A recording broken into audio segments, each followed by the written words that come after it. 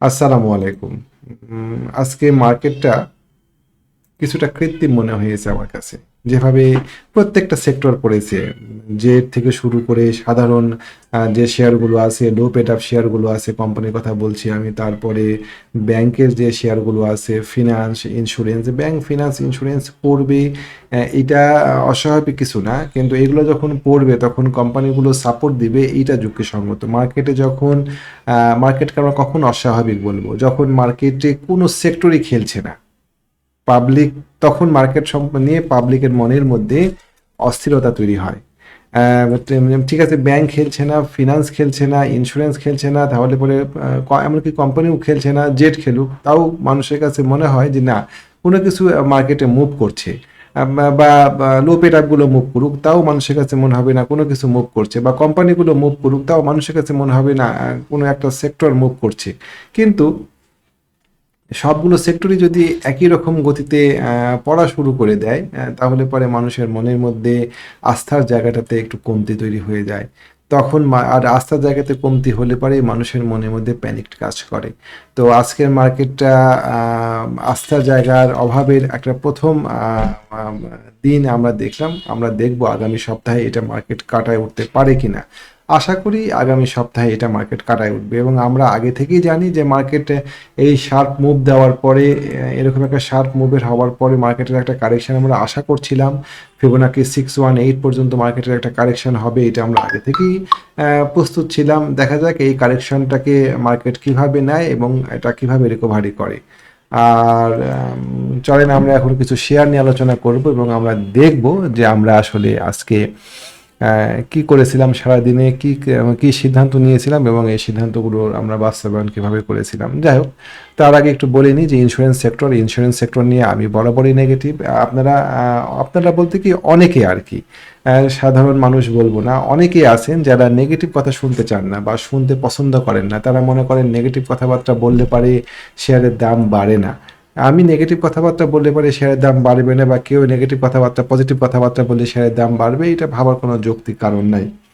তো যেটা টেকনিক্যালি আমি দেখতে পাচ্ছি সেটাই বলবো। চলেন ইন্স্যুরেন্স সেক্টরটা নিয়ে একটু কথা বলি। বেশ, একদিন ইন্স্যুরেন্স বাড়াতে আবার কিছু মানুষ খুব উৎসাহী হয়ে উঠলেন যে ইন্স্যুরেন্সগুলো আবার বাড়ছে। কেউ হয়তো একটু আফসোস করলেন যে হাতে থাকা শেয়ারগুলো সেল করে দিয়েছিলাম। কিন্তু টেকনিক্যালি ইন্স্যুরেন্স উপরের দিকে যাওয়ার স্পেস নাই। নাই বলতে কি, 85%ই নাই। 15% একটা আনসার্টেনিটি, ইনভ্যালিডেশন থাকেই।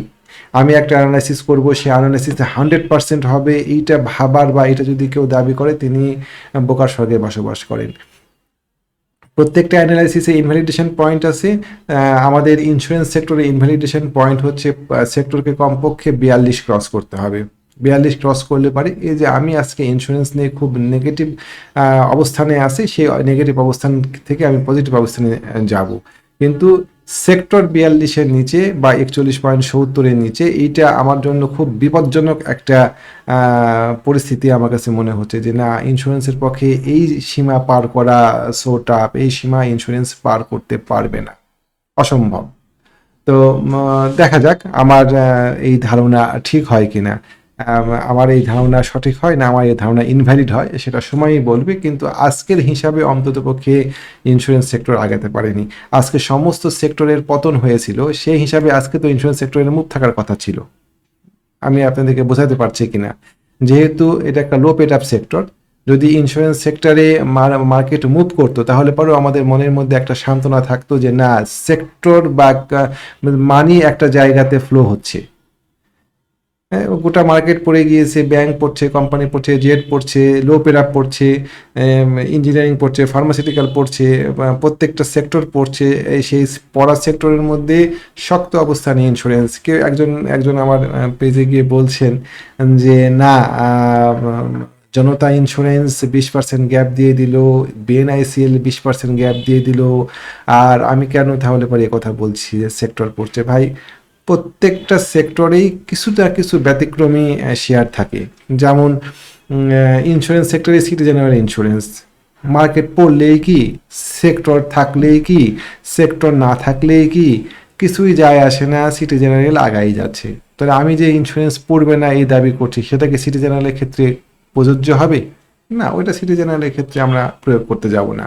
ইঞ্জিনিয়ারিং সেক্টর পড়লেই কি বাঁচলেই কি, ডোমিনেস কি আগায় যাচ্ছে না? আমি কি এখন ডোমিনেস দিয়ে গোটা ইঞ্জিনিয়ারিং সেক্টরকে রিপ্রেজেন্টেট করব?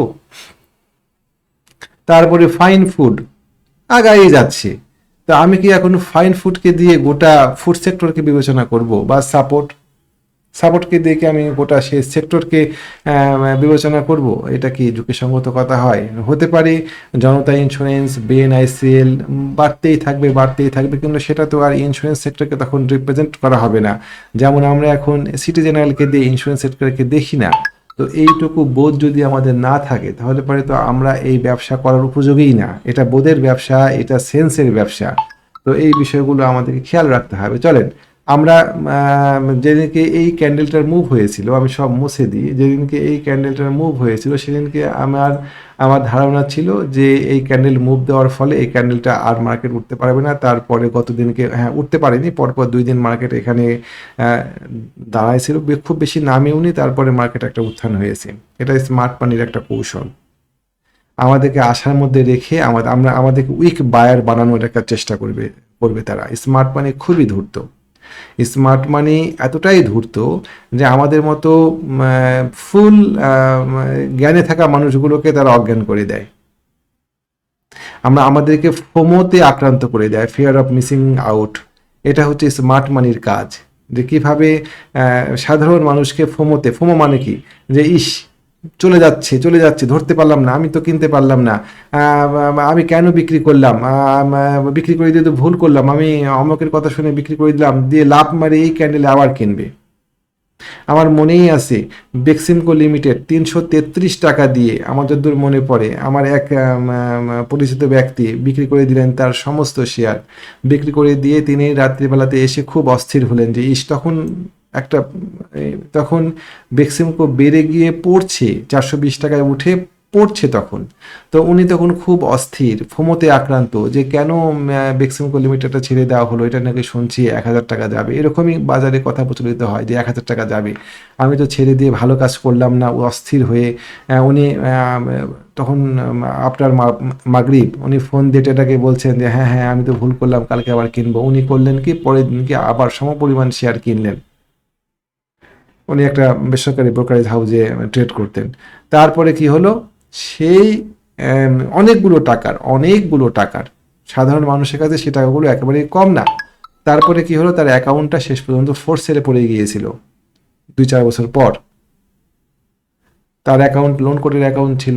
তো যাই হোক, তো এই যে এই ফোমোগুলো, যে ভদ্রলোক শেয়ারটা কিনলেন তিনি কিন্তু অত্যন্ত দক্ষ একজন ব্যবসায়ী, তিনি কাপড়ের ব্যবসা করেন, অত্যন্ত দক্ষ একজন ব্যবসায়ী। এই দক্ষ একজন ব্যবসায়ীকে স্মার্ট মানি কিভাবে বোকা বানালো, এটাই হচ্ছে স্মার্ট মানির কাজ। সুতরাং আমরা এই ধরনের ক্যান্ডেল যদি দেখি এবং দেখে যদি ফোমোতে আক্রান্ত হয়ে শেয়ার কিনে এবং কেনার পরে যদি আমাদের ক্ষতি হয়, তাহলে পরে সেটা মোটেও ভালো কথা নয়। আপনারা নিজেরা সাধারণ চোখে দেখেন, এখানে কত ভলিউম, স্মার্ট মানি এখানে অ্যাক্টিভ, আর আমার এখানে ভলিউম কই? আরও বেশি ভলিউম হওয়া দরকার ছিল না এখানে ধারাবাহিক? আমার এখানে তখন আমরা বলতাম যে এই ভলিউমগুলো কেউ ছাড়েনি, এই ভলিউমগুলো দিয়ে স্মার্ট মানি আবার উঠছে, যদি এখানে ভালো ভলিউম হতো। ভলিউম নাই, তার মানে এই ক্যান্ডেলগুলো আমাদেরকে, এই ভলিউমগুলো এই ক্যান্ডেলকে ভেরিফাই করছে না। ক্যান্ডেল তৈরি করা যায়, কিন্তু সেই ক্যান্ডেলকে ভেরিফাই করে ভলিউম। আপনার কাছে কি মনে হচ্ছে যে এই ক্যান্ডেলগুলোকে, এই ভলিউম এই ক্যান্ডেলকে ভেরিফাই করছে? আবার এই ক্যান্ডেলটাতে মার্কেটের পতন হলো, তাহলে পরে এই ক্যান্ডেলের ভলিউম কম হওয়ার কথা ছিল, এতখানি ভলিউম কেন হলো? কারা করলো এই সেল? সাধারণ পাবলিক সাধারণত শেয়ার সেল করে না দাম পড়লে পরে। আপনি করেছেন কি আপনার শেয়ার সেল করেননি? তো তাহলে এখানে যে সেল করেছে সেই স্মার্ট মানি সেল করেছে, আপনাকে উইক বায়ার বানিয়ে দিয়েছে। যাই হোক, যদি আপনি বোঝেন ভালো, না বুঝতে পারে আপনি আপনি বিবেচনাতে শেয়ার ব্যবসা করবেন। ডেফিনেটলি আমার কথাতে আপনি কেন শুনবেন? কেন আপনি অন্যের কথাতে শেয়ার বিক্রি করবেন, করে ফোমোতে আক্রান্ত হবেন? কেন বলবেন যে অমকের কথা শুনে আমি শেয়ারটা বিক্রি করে দিয়ে ভুল করেছি? এটা কেন আপনি করবেন? আপনি নিজস্ব বিচার বিশ্লেষণ বিবেচনাতে ব্যবসা করবেন না? ওকে, চলেন ব্যাংকের দিকে দেখি। ব্যাংক ব্যাংক সেক্টরে আমি গতকালকেই বলেছিলাম যে ব্যাংক সেক্টরে অবস্থা খুব একটা ভালো না ব্যাংক সেক্টর। আমার পজিটিভ ট্রেডার বিডি নামে যে চ্যানেলটা আছে সেই চ্যানেলটাতে আমি গতকালকে বলেছিলাম যে এই জায়গাটাতে এই জায়গা ব্রিজ করে গিয়েছে ব্যাংক, সুতরাং ও একটা রিটেস্ট করতে আসবে এই জায়গায়। ওকে দেখেন আজকে রিটেস্ট করেছে, করার পরে ব্যাংক সেক্টর নিচের দিকে নেমে মোটামুটি 1460 1450 এরকম জায়গাতে ব্যাংক সেক্টর এসে স্থিত হবে। এটুকুতে ব্যাংক সেক্টরের তেমন কোনো শক্ত সাপোর্ট নাই। তাহলে পারে যদি ব্যাংক সেক্টর এখানে পড়ে যায়, যদি ইন্স্যুরেন্স সেক্টরও কারেকশানে আসে, যদি কোম্পানিগুলো সাপোর্ট না দেয়, তাহলে পরে এটা মার্কেটে একটা প্যানিক পরিস্থিতি সৃষ্টি করবে। নতুন সরকার ক্ষমতায় আসার পরে মার্কেটে প্যানিক পরিস্থিতি সৃষ্টি করবে এটা আমি আশা করি না। সরি।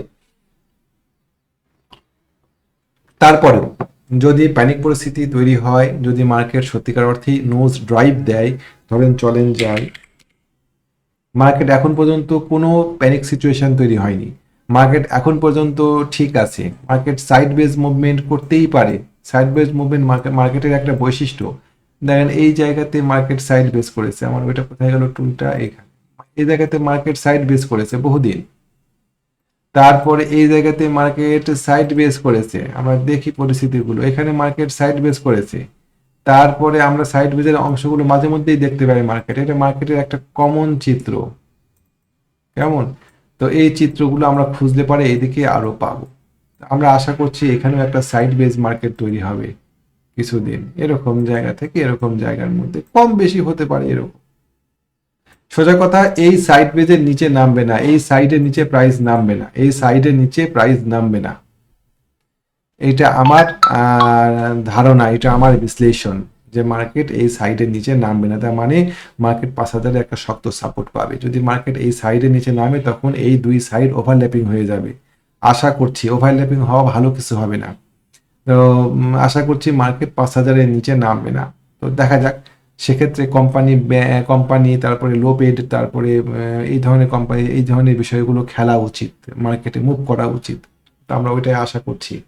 তো ঠিক আছে, সেরকম চিন্তা ভাবনা থেকেই যে ব্যাংক, ফিনান্স, ইন্স্যুরেন্স মার্কেটে মুভ করবে না। আমি আজকে যদি ইন্স্যুরেন্স সেক্টরে মুভ করতে পারতো, যদি আজকে ইন্স্যুরেন্স সেক্টরে মানিগুলো ঢুকতো, তাহলে পারে আমরা আজকে ইন্স্যুরেন্সকে হয়তো এইভাবে বক্তব্য দিতে পারতাম না। ঠিক আছে, তখন মনের মধ্যে একটা কাজ করতো যে মার্কেটে আমরা দেখবো যে সেক্টর, ইন্স্যুরেন্স সেক্টর 42 পার করতে পারে কিনা। কিন্তু সারপ্রাইজিংলি আজকে এই খারাপ মার্কেটে ইন্স্যুরেন্স আগায় আসেনি। তার মানে কি? তার মানে ইন্স্যুরেন্স আগায় আর আসবেও না। এটা আমার বিশ্লেষণ। আপনি আপনার বিশ্লেষণ করে যেটা ভালো মনে করেন করবেন। আপনি আমার বিশ্লেষণ শুনে কোনো সিদ্ধান্ত নিয়ে ফোমোতে আক্রান্ত হবেন না প্লিজ। ঠিক আছে, মার্কেটে ব্যাংক, ফিনান্স, ইন্স্যুরেন্সের মুভমেন্ট না হলে পরে কোম্পানিগুলোতে মুভমেন্ট হবে, এরকম একটা চিন্তা ভাবনা থেকে আজকে আমরা বেশ কয়েকটা শেয়ার বাছাই করি। চলেন দেখি আজকে আমরা কি কি শেয়ার বাছাই করেছিলাম। আজকে আমরা শেয়ার বাছাই করেছিলাম, দেখাই আপনাদেরকে। আজকে আমরা শেয়ার বাছাই করেছিলাম মোটামুটি ভাবে। এইখানে 1 নম্বরে ছিল তশরিফা, দেখতে পাচ্ছেন কিনা। 2 নম্বরে ছিল, আরো বড় করে দিই, 2 নম্বরে ছিল তশরিফা, আমরা এখানে বাই রেট দিয়ে দিয়েছিলাম মার্কেট প্রাইজে। ওয়াই ম্যাক্স, এটা ছিল আমাদের মার্কেট প্রাইস।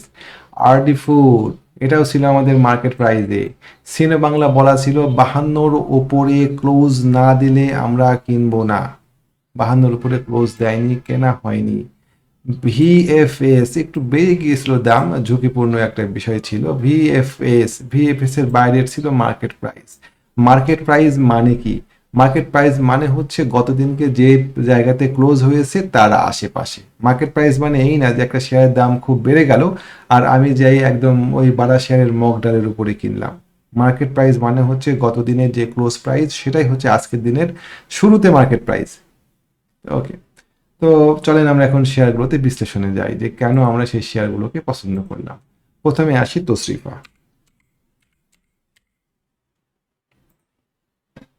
তশরিফা দেখেন আজকে খুব চমৎকার একটা ভলিউম। মার্কেট যদি আজকে সাপোর্ট দিত তাহলে এই শেয়ারটা সার্কিট লেগে থাকতো। আনফরচুনেট মার্কেট সাপোর্ট দেয়নি, এবং মার্কেট সাপোর্ট তো দেয়নি, ওভারঅল মার্কেট সব সহকারে হুড়মুড় করে পড়ে গিয়েছে, যেটা নিয়ে এত মানে উদ্দীপনা চারদিকে, সেই ইন্স্যুরেন্স সেক্টরটাও আজকে সাপোর্ট দিতে পারেনি। আজকে যদি ইন্স্যুরেন্স সেক্টর সাপোর্ট দিত তাহলে ইন্স্যুরেন্স সেক্টর কিন্তু লিডে চলে আসতো। যাই হোক, তো এইরকম একটা খারাপ মার্কেটেও তশরিফাতে আমরা কেনা দামের উপরেই আছে। দেখেন সার্কিট, এটা সার্কিটেই থাকতো হয়তো, কিন্তু মার্কেটের এই ওভারঅল কারেকশনের কবলে পড়ার কারণে টেকনিক্যালি এটা আর শক্ত অবস্থানে থাকতে পারে নাই, পড়ে গিয়েছে। তশরিফা দেখতে পাচ্ছেন কিনা, তশরিফার এটা আমি একটু ডিপ করে দিই, অ্যাপিয়ারেন্স ক্যানভাস। তো ওয়াটারমার্কটা কই, এখানে আমি বড় করে দিই। ওকে ওকে, তো এইটা সার্কিট লেগে যেত, সার্কিট লাগতে পারেনি শুধুমাত্র আজকে মার্কেট খারাপ হওয়ার কারণে।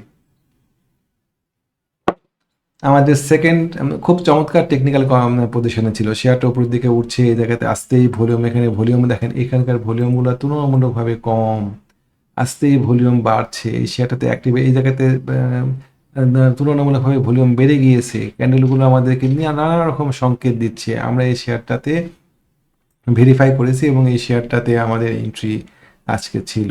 তারপরে ছিল হচ্ছে, চলেন দেখি আরডি ফুড। এই চূড়ান্ত খারাপ মার্কেটে আরডি ফুড খুব একটা পড়েনি, কেনা দামের আশেপাশেই আছে, খুব ছোট্ট একটা চিকি স্টপ লস। দেখা যাক এই শেয়ারটা কি করে আগামী দিন। ভালো ভলিউম পেয়েছে এই শেয়ারটাতে, এই ভলিউমে শেয়ারটা আরো পড়ে যাওয়ার কথা ছিল, পড়ে নাই, আরডি ফুড গেল। এটাকে একটু বড় করে দিই।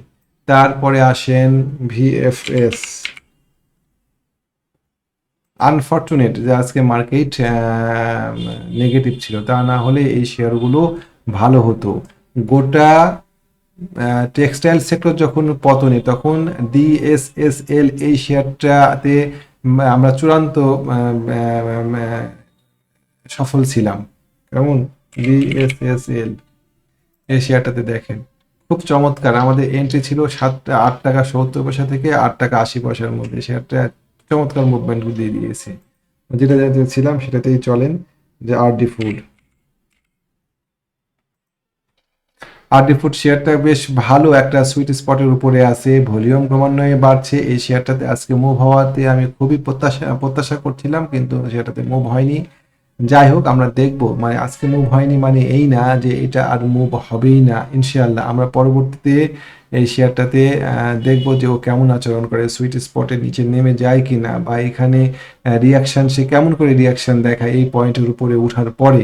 দেখা যাক, আল্লাহ মালুম, আমরা আশা করছি ভালো হবে এই শেয়ারটার মুভমেন্ট। তারপরে ছিল হচ্ছে সিনো বাংলা। 52 টাকার উপরে উঠতে পারেনি, এন্ট্রি হয়নি। 52 টাকার উপরে উঠতে পারলে শেয়ারটা ভালো হতো আজকে। দেখা যাক, ও ক্যান্ডেলটা আজকে একটু বেশি বড় হয়ে গিয়েছে, আমরা দেখবো আগামী দিন সে রিকভারি করতে পারে কিনা। কেমন? তারপরে ছিল হচ্ছে ওয়াইম্যাক্স। এই ধরনের শেয়ারগুলো আসলে বেশ ভালো মুভমেন্ট দেওয়ার কথা ছিল। ওয়াইম্যাক্স এই শেয়ারটা আমাদের একটা সাপ্লাই ডিমান্ড এরিয়ার উপরেই ছিল, এরকম জায়গায় সাপোর্ট নিয়ে ব্রেকআউট হয়েছিল। এটা আমাদের একটা মাইনর সাপোর্ট রেজিস্ট্যান্স এরিয়া, ও ব্রেকআউট হয়ে রিটেস্ট করতে আসছে। সেটাতে একটা ল্যাকিংস ছিল, এই ল্যাকিংসটা দেখেই আমি এন্ট্রি পছন্দ করেছিলাম। সেটাতে ভলিউম ছিল না, এই সেটাতে আরও একটু ভলিউম প্রত্যাশা আমি করছিলাম। যদিও এই শেয়ারটাতে এই জায়গাতে একেবারেই মানে লো ভলিউম ছিল, এটা নর্মাল ভলিউম বলা যেতে পারে, এটা নর্মাল ভলিউম বলা যেতে পারে। নর্মাল ভলিউমের নিচে ভলিউম নেমে গিয়েছিল, এটার ভলিউম আরেকটু বাড়লে পারে কথাই ছিল না। কেমন? তারপরে আমাদের গতদিনে যে ফার ক্যাম্প কেনা ছিল, আমরা আজকে ফার ক্যাম্প কেনার প্রস্তুতি নিয়েছিলাম, যে ফার ক্যাম্প কিনবো আজকে, ফার ক্যাম্পটা আমরা আজকে কিনবো যদি আমরা একটু ডিসকাউন্ট রেটে পেতাম, কিন্তু ও ডিসকাউন্ট রেটে আসেনি। ফারকেমিক্যাল আমাদের আগামীকালকে ম্যাচিউর হবে। এর পাশাপাশি আরো কিছু শেয়ার ছিল আমাদের কাছে, যেমন মুন্নু ফেব্রিক্স। হয় কি, ডিসকাশন করার সময় অনেকগুলো শেয়ার বাসি, অনেকগুলো শেয়ার বাছার পরে যখন ডিসকাশন করতে যাই গ্রুপে, তখন মেম্বাররা বলেন যে এতগুলো শেয়ার নিয়ে আলোচনা করলে পরে আমাদের কনফিউজ হই, একটু কমাই দেন। তখন আমি করি কি, অনেকগুলো শেয়ার থেকে বাছাই করে নিয়ে 10টা শেয়ারে নিয়ে আসি, ওখান থেকে আবার বাছাই করে 4টা শেয়ার নিই। তো এই যে 10টা শেয়ার থেকে বাছাই করে 4টা শেয়ার নিলাম, বাদ বাকি 6টা শেয়ার ফেলে দিলাম, ওই ফেলে দিয়ে শেয়ারগুলো অনেক সময় ভালো হয়ে যায়। যেমন অ্যাপেক্স স্পিনিং, তারপরে মুন্নু ফেব্রিক্স, এই 2টা শেয়ারের মধ্যে একটা শেয়ার বাছাই করার চিন্তা ভাবনা করছিলাম যে কোন শেয়ারটাকে আমি বাছাই করব। এই চিন্তা ভাবনা করতে গিয়ে আমি মুন্নু ফেব্রিক্সটাকে পিক করলাম আর অ্যাপেক্স স্পিনিংটাকে ছেড়ে দিলাম। দেখেন অ্যাপেক্স স্পিনিং ভালো করেছে মুন্নু ফেব্রিক্সের থেকে, ও মোটামুটি বেশ ভালো পজিশনে আছে। কেমন? সোনারগাঁ টেক্সটাইল, এই শেয়ারটা নিয়ে আমি আমার ট্রেনিং মেম্বারদের সাথে কিছুদিন আগেই কথা বলছিলাম যে এই শেয়ারটা ছেড়ে দিবে না, এই শেয়ারটা উপরের দিকে মুভ করা যথেষ্ট সম্ভাবনা আছে। এই শেয়ারটা যেভাবে শার্প মুভ করেছে, এই ধরনের শার্প মুভের পরে সাধারণত প্রাইস আবার মুভ করে। কেমন?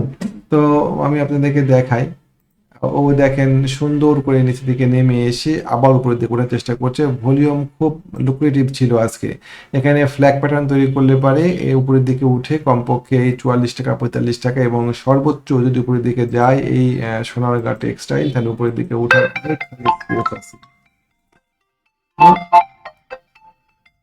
উপরের দিকে ওঠার অনেকখানি স্পেস আছে এই সোনারগাঁ টেক্সটাইলের। আমার হিসাবে প্রায় 50 টাকার কাছাকাছি উপরের দিকে ওঠার স্পেস আছে। এই শেয়ারটা বেশ কয়েকটা ইম্পর্টেন্ট জায়গা ভেদ করে আসছে, এই জায়গাটা ভেদ করে আসছে। এই জায়গাতে দেখেন একটা চমৎকার সাপোর্ট রেজিস্ট্যান্স ছিল, সরি, হ্যাঁ, এই জায়গাতেই সে রিটেস্ট করে উপরের দিকে উঠছে। সুতরাং এটা একটা আম, ভালো সম্ভাবনাময় একটা ক্ষেত্র হতে পারে আগামী দিনগুলোতে, একটু খেয়াল রাখা উচিত এই শেয়ারটাতে। যাই হোক, তো মোটামুটি আজকে মার্কেট যেহেতু ওভারঅল নেগেটিভ, কোনো সেক্টরই আজকে মার্কেটকে সাপোর্ট দিতে পারে নাই। সো আশা মনে মনে হয় আপনাদের সবারই খুব একটা মন মেজাজ ভালো নাই। মার্কেটে যখন সামগ্রিকভাবে এরকম একটা কারেকশনের একটা ডে যায় বা পতনের একটা দিন যায়, তখন সেদিনকে কারো অ্যানালাইসিস শুনতে বা দেখতে ভালো লাগে না। তারপরেও আমি আপনাদের সামনে ব্যাখ্যা করলাম যে ঘাবড়ানোর কোনো কারণ নাই, মার্কেট হয়তো আগামী দিন কাম ব্যাক করবে ইনশাআল্লাহ। মার্কেট এভাবে পড়ে যাওয়ার মতন, বিএসসিএক্স ওভারল্যাপিং করে মার্কেট পড়ে যাওয়ার মতন সিচুয়েশন মনে হয় না। যদি মার্কেট, আমি আবার ডেলিতে যাই, এটা এটা এই এই কি বলে কনসলিডেশন, এবং এই কনসলিডেশন ওভারল্যাপিং করবে না আশা করছি। তো যাই হোক, তো আমরা ভালো দিনের প্রত্যাশায় থাকলাম আগামী সপ্তাহতে। এইটুকু বলে আমি আজকের মতো ভিডিও শেষ করছি। আমাদের একটা ডিসকাশন গ্রুপ আছে, যদি যুক্ত হতে চান তাহলে পারে অবশ্যই আপনাকে স্বাগতম আমাদের গ্রুপে যুক্ত হওয়ার জন্য। আমি আমার হোয়াটসঅ্যাপ নাম্বার তো আমাদের এতেই আছে, আমাদের এই ইউটিউব চ্যানেলেই পাবেন, ডিসক্রিপশন বক্সে। যদি প্রয়োজন মনে করেন ফোন দিতে পারেন। আজকে এ পর্যন্তই থাকলো, ভালো থাকবেন। আসসালামু আলাইকুম।